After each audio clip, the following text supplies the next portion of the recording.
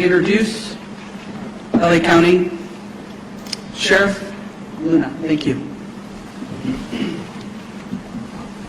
Good morning. I'd like to start off with talking about staffing. We've increased our LA County Deputy Sheriff staffing to about 1,200 personnel, and that probably will continue to grow. Many of them are on 12-hour shifts, which means 12 on, 12 off. They're working incredibly hard. They have been assigned close to 1,500 missions, and that a lot of work, a lot of good work that's still continuing. The missions continue to include hard road closures, traffic control points, roving security, welfare checks, evacuations as needed, requested by fire, and at times, when able to, escorts for essential services and need. We also have assigned at least 60 California Highway Patrol officers split up for us, some at the Eaton Fire location, others at the Palisades location. I'd personally like to thank Commissioner Sean Marie, who I will be meeting with. He's coming down here to thank him for his incredible help. National Guard deployment is still at approximately 400. They're assisting the following agencies: the Los Angeles County Sheriff's Department, the Los Angeles Police Department, the California Highway Patrol, Pasadena, Santa Monica, Arcadia, Azusa, and Sierra Madre. Yesterday, I submitted additional requests for more National Guard assistance, specifically to the Los Angeles Police Department and the LA County Sheriff's Department.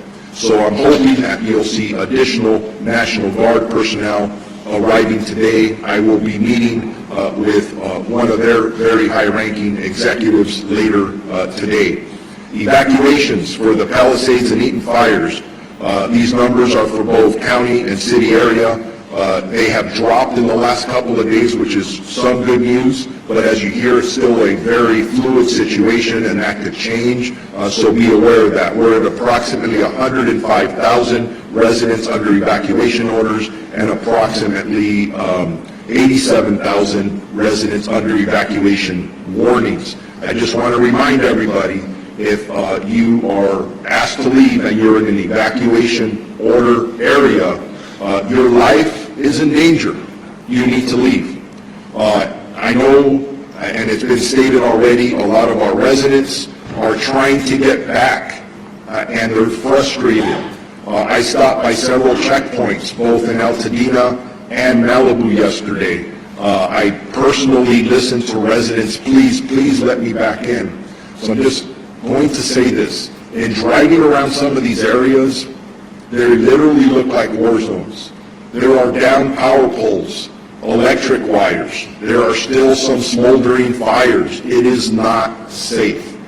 The minute it is safe, we understand the inconvenience, and every conversation we're having about evacuations, that depopulation conversation is continuously coming up. We do care. We want to get you back into your homes, but we can't allow that until it is safe for you to do so. In regards to arrest and criminal activity, we had several more arrests overnight, bringing our total to approximately, I'm going to say approximately because we're still trying to reconcile numbers, about 29, 25 in the Eaton fire area and 4 in the Palisades area. I'm going to guess that Chief McDonald may talk about this, but when I was out there in the Malibu area, I saw a gentleman that looked like a firefighter, and I asked him if he was okay because he was sitting down. I didn't realize we had him in handcuffs. We were turning him over to LAPD because he was dressed like a fireman, and he was not. He just got caught burglarizing a home. So that those are issues that our frontline deputies and police officers are dealing with. So again, that's why we're asking for your patience. Yesterday in Palisades, we had 1 arrest for a curfew violation. Unfortunately, they resisted arrest. In Eaton, we had 6 arrests last night, 3 for curfew violations and 3 for additional charges, including carrying a concealed firearm and narcotics-related charges. Now, I just gave you stats about things our deputies are dealing with in the street. I want to put out a caution to people. If you are thinking about scamming, using this incident to take advantage of residents that have already been victimized, from a white-collar perspective, I have been in close communication. We had a press conference yesterday with Chief McDonald and I, the State Attorney General. We've been in constant communication with District Attorney Nathan Hockman. I also received a call a day ago from Martin Estrada, the U.S. Attorney here. They are all eager to prosecute anybody who is taking advantage of our residents during this very difficult time, whether it is a burglary or it is some kind of white-collar crime and a scam or anything that you may be thinking about doing. The next issue, which is a little more difficult to talk about, is yesterday we started a search and rescue operation out in the Eaton area, where in the first day of this operation, grid searching, we searched approximately 364 properties in the Altadena area, and unfortunately during that search, we did locate 3 deceased. As these searches continue, I unfortunately anticipate that those numbers will increase. We will start a similar operation in the northern side of the county here very soon. So the numbers I have, and again, it's going to change. Unfortunately, we have confirmed 14 deaths, and that is in our specific LA County jurisdiction. 11 at the Eaton fire and 3 in our portion or our jurisdiction of the Palisades fire. LA cities, that's in addition to. So when you hear the coroner, our partners at the coroner reporting numbers, that's a little bit different. Missing persons. I cannot emphasize, because I'm getting text and calls, if you believe somebody is missing, please report it to your local law enforcement agency. Right now, with the Sheriff's Department, we have 16 missing person reports. We have 12 in Eaton and 4 in Palisades. If there's any good news, there's no juveniles that are missing within those numbers. But I know just coming here this morning, it sounds like we just got dozens and dozens more. I have to reconcile those numbers. We'll report them at a later time. Yeah, and then as I conclude, I know I talk about arrest. That is negative. Some of the things we're talking about are sad. But in this time of crisis, the calls for people wanting to help and donate are enormous. And that's who we are in the county of Los Angeles, the city of Los Angeles. So I just want to throw this out. If you are interested in donating food, money, clothing, whatever that may be, the Emergency Network Los Angeles by visiting www.enla.org. And thank you for all of you who are amazing out there who want to help. And then if you want updated information about evacuation orders, warnings, or road closures, lacounty.gov/emergency. And with that, I'm going to turn it over to the Los Angeles Police Chief, Jim McDonald. Morning. Thank you, Sheriff. In the wake of the devastating fires, I just want to acknowledge the incredible strength and resilience that our community has shown during these very challenging times. It's truly inspiring to see neighbors coming together to support one another. And as your Chief of Police, I want to ensure you that the LAPD remains fully committed to your safety and well-being as we all move forward together. LAPD currently has over 600 officers deployed to these areas with support from the Los Angeles Airport Police, Port Police, and the National Guard, who has 100 soldiers assigned to the Palisades incident, and we're very grateful for their support. Excuse me.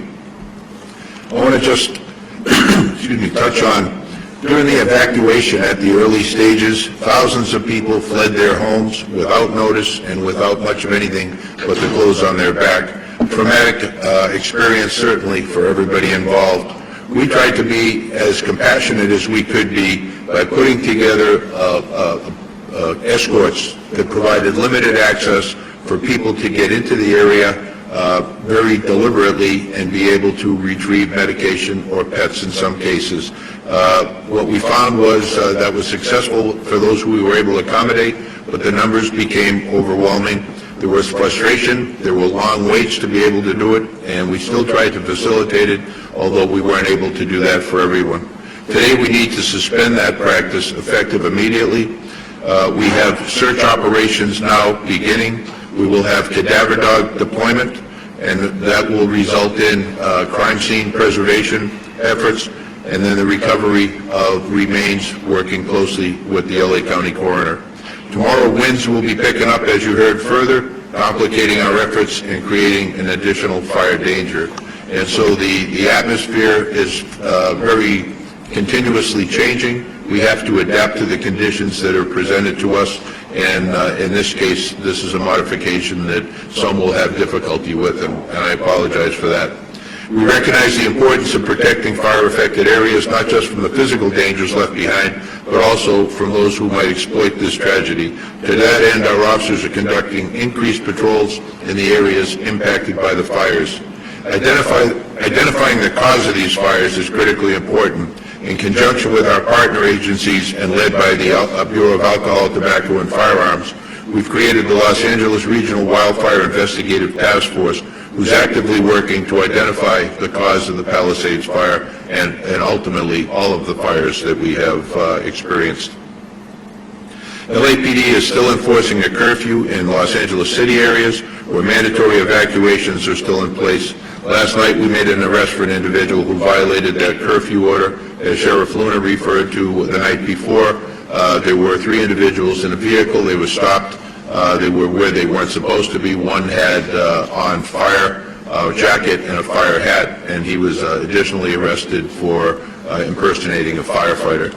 We have people who will go to all ends to be able to do what it is they want to do to exploit the victims of this tragedy.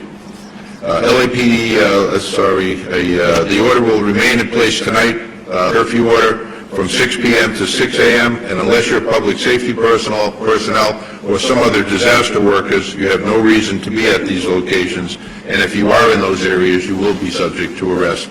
Enforcing a curfew is an important tool to keep the burn areas and evacuated properties secure, keeping looters out. This effort also helps protect public safety personnel who are operating in darkness in very difficult conditions. And as you heard previously, the threat there from gas lines, from electricity, down power lines, and many other, not to mention the toxic environment that exists in that area due to the fire that burned plastics and different types of composite material. We all know what the long-term effects of exposure to that can be.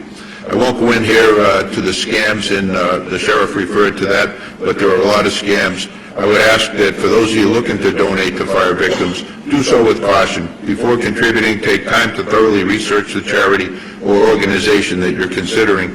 Reputable groups will have clear information about their mission and proven track records.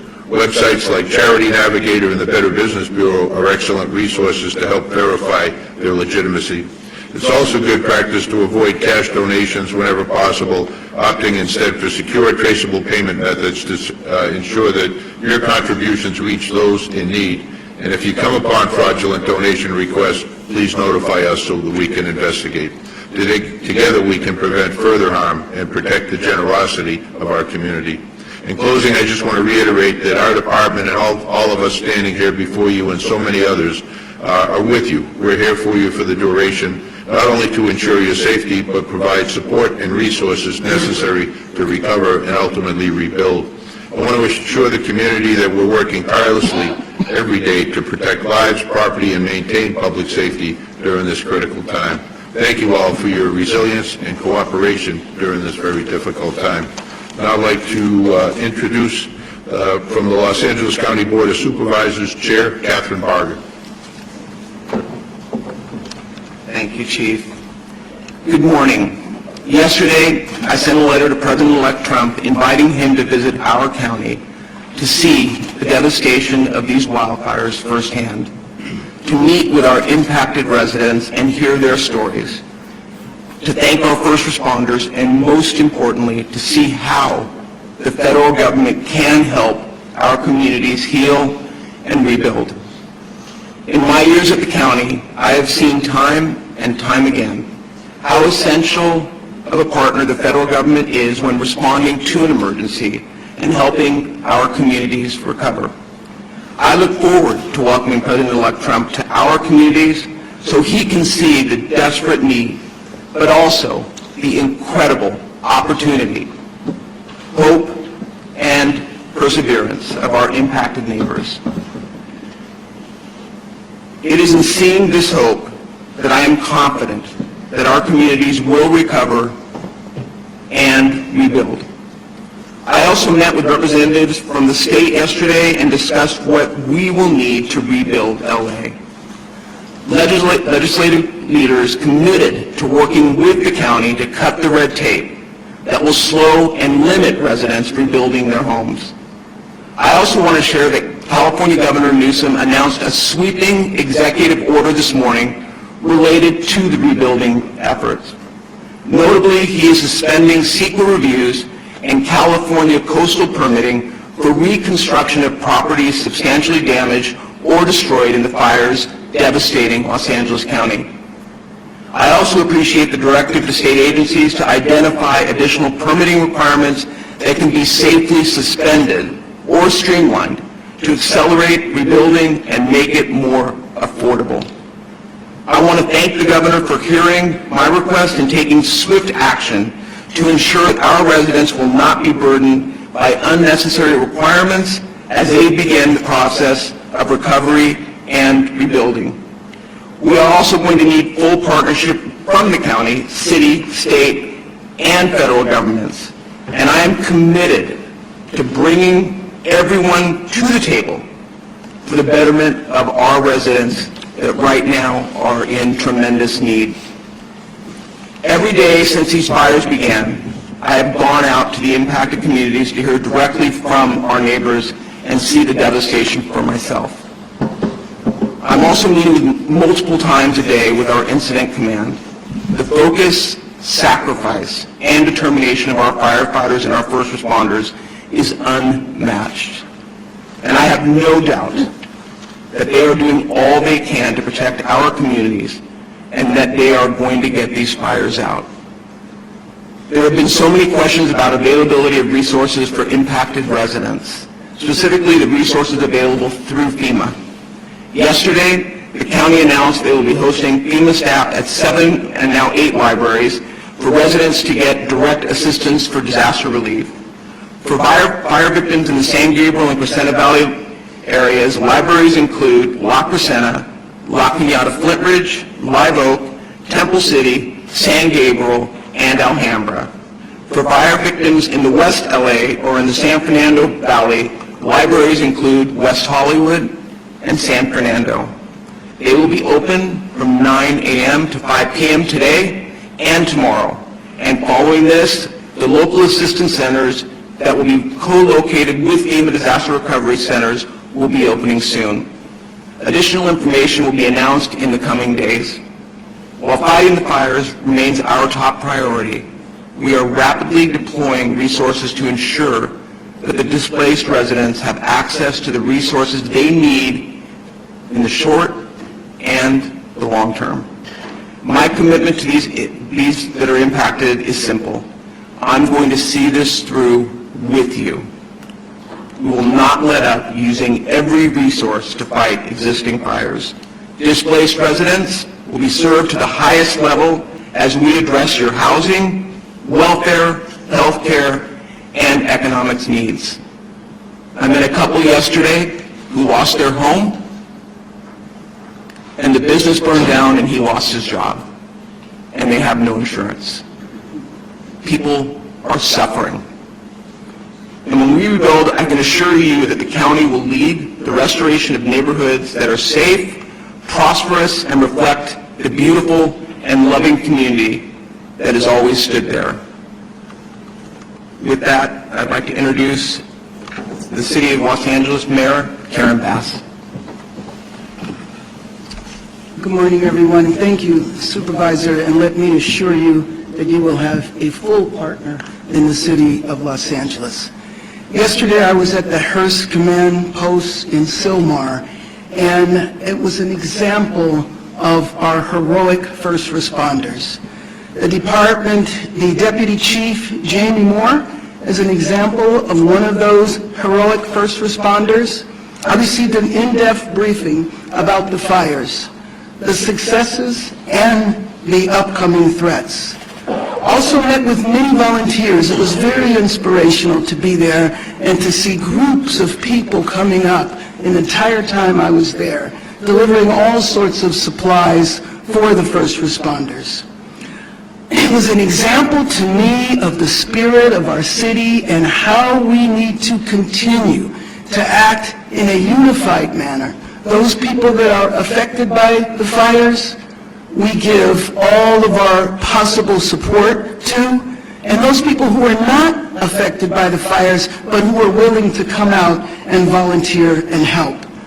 We will be prepared, we will get through this, but it takes the unity and the spirit that I saw yesterday to make sure that Los Angeles comes out of this a much better city. As we fight these fires, my office is already working to make sure that we can rebuild as fast as we can by cutting through the bureaucracy that holds us back even in normal times. I want to join the supervisor in thanking the governor for his action this morning. That will go a long way to making Los Angeles stronger than ever. And the generosity we are seeing proves that we will. More than 13,000 people have donated over $6 million to the California Community Foundation's Wildlife Recovery Fund. Please join them in supporting the most vulnerable people affected by the fire at calfund.org. Also support the Los Angeles Fire Department Foundation at supportlafd.org. Let me thank every Los Angeles firefighter and the thousands of firefighters from across the state, the nation, and even the world.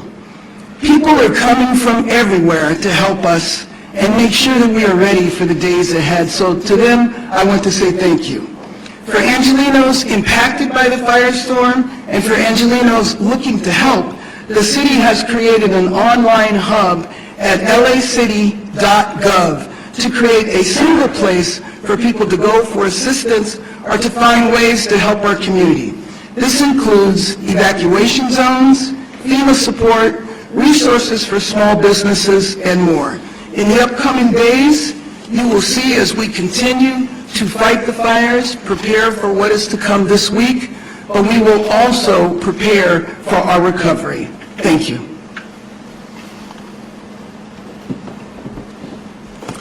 Good morning. I want to start by extending my sincere condolences and sympathies to the families of the victims who have been identified and who continue to be identified through the heroic work of our first responders. For updates in the 3rd District, power is back on in Topanga and significant progress has been made in standing down the fires. I want to thank everyone who's on the front lines in Topanga. I was personally there. I know we're working on the generator issue at the library, and I thank everyone who is staying strong in Topanga to protect that special area. Grateful, again, last night for the firefighters who also work to protect the Mandeville Canyon area.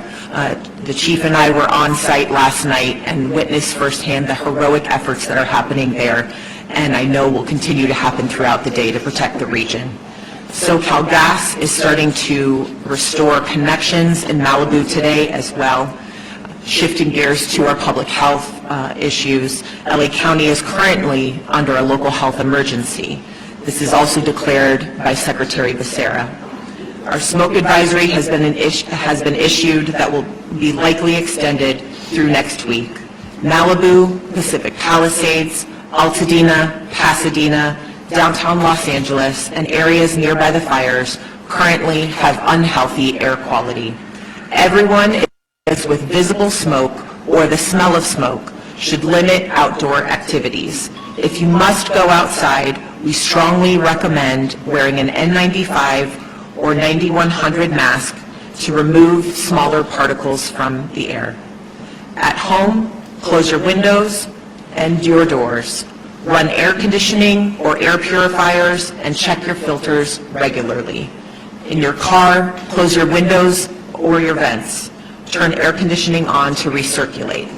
Do not use leaf blowers or other actions that will push ash into the air. I know we're working to clear areas. We're not using these blowers. There is currently a do not drink notice for Pacific Palisades and adjacent communities north of San Vicente Boulevard under evacuation notice. LADWP is distributing bottled water at the Westwood Recreation Center and adjacent to the Brentwood Country Club. Please continue to follow all drinking water advisories. LA County Department of Public Health is also currently providing N95 masks at all evacuation shelters and to community-based organizations. Due to ocean contamination, please avoid the beaches at the following locations: Malibu Point at Surfrider Beach near Malibu Tower 3, 100 yards up and down the coast from Lifeguard Tower 3. Solstice Canyon at Dan Blocker County Beach, 100 yards up and down the coast from the creek. Inner Cabrillo Beach in San Pedro. Additional county resources, as you heard, FEMA staff are available to provide assistance at 8 county libraries today. We also are providing additional mental health support, and you're able to call 800-854-7771. For more information, continue to check emergency.lacounty.gov for the latest updates and resources. I want to echo my thanks to the governor for his swift action, as well as to the president and vice president.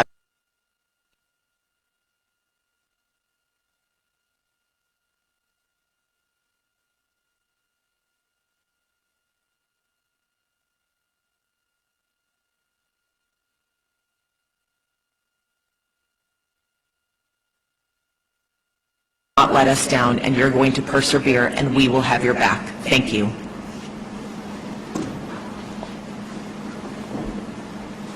Good morning, Helen Chavez, Communications Director. For Board Chair, Catherine Barger. Chair Barger recognizes and thanks the following elected representatives for joining us this morning and for their ongoing support during this emergency. Assembly Member Jessica Caloza and Senator Maria Elena Durazo. We will now transition to the question and answer portion of our press conference. When you are called upon, please announce your name and the media outlet that you are with.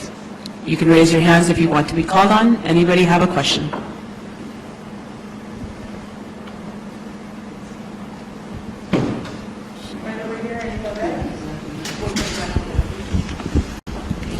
Okay. I'm Bianca Beltran with NBCLA. You spoke about the arrests that were made overnight in recent days. Can you speak to the biggest challenges when it comes to access in these fire areas? And do you find that these individuals are from the area or coming from further away? Thank you. In regards to the challenges in our areas for the LA County Sheriff's jurisdiction, the individuals that we're contacting do not live in the areas where we're arresting them. We're finding out they have zero business being in these areas. So I do want to reiterate to our communities, if you do not belong in these affected areas, do not go there. You are subject to arrest. I listed some of the charges. We are contacting people. And we are finding a variety of things, including people with firearms, with narcotics. Don't go there. Hopefully that answers your question. Any other questions? We're going to go over here in the plaid shirt microphone. Oh, thank you. Oh, okay. How troubled are you that there's a lack of communication between the city of Los Angeles and the incoming Trump administration? There isn't a lack of communication between the city of Los Angeles and the incoming Trump administration. I have spoken with representatives of the incoming administration. I'll be talking more about that in the coming days. And then I just have a follow-up, Mayor Bass. Where do conversations stand about long-term housing for the displaced? Well, you will hear more from us this week in terms of moving into the recovery phase. There's a lot of things that we need to do, but one of the things that we're looking at, and something I've been working on for a long time in terms of expediting the process, but given this emergency, looking back at efforts that had taken place in the past and how we move full stream ahead, this is where I was saying that we're going to be lockstep with the county because we need to cut through the red tape that has always been a problem. But now it's over. We absolutely have to get past this and get the rebuilding going as fast as possible. Thank you, Mayor Bass. Any other questions? We're going to go right here in the middle. Name and media outlet. Hi, this is Kirsten with KCAL News. On the missing people, I understand there was the Family Assistance Center that was opened in Pasadena. Is that still open? And how many are you talking about that are still unaccounted for?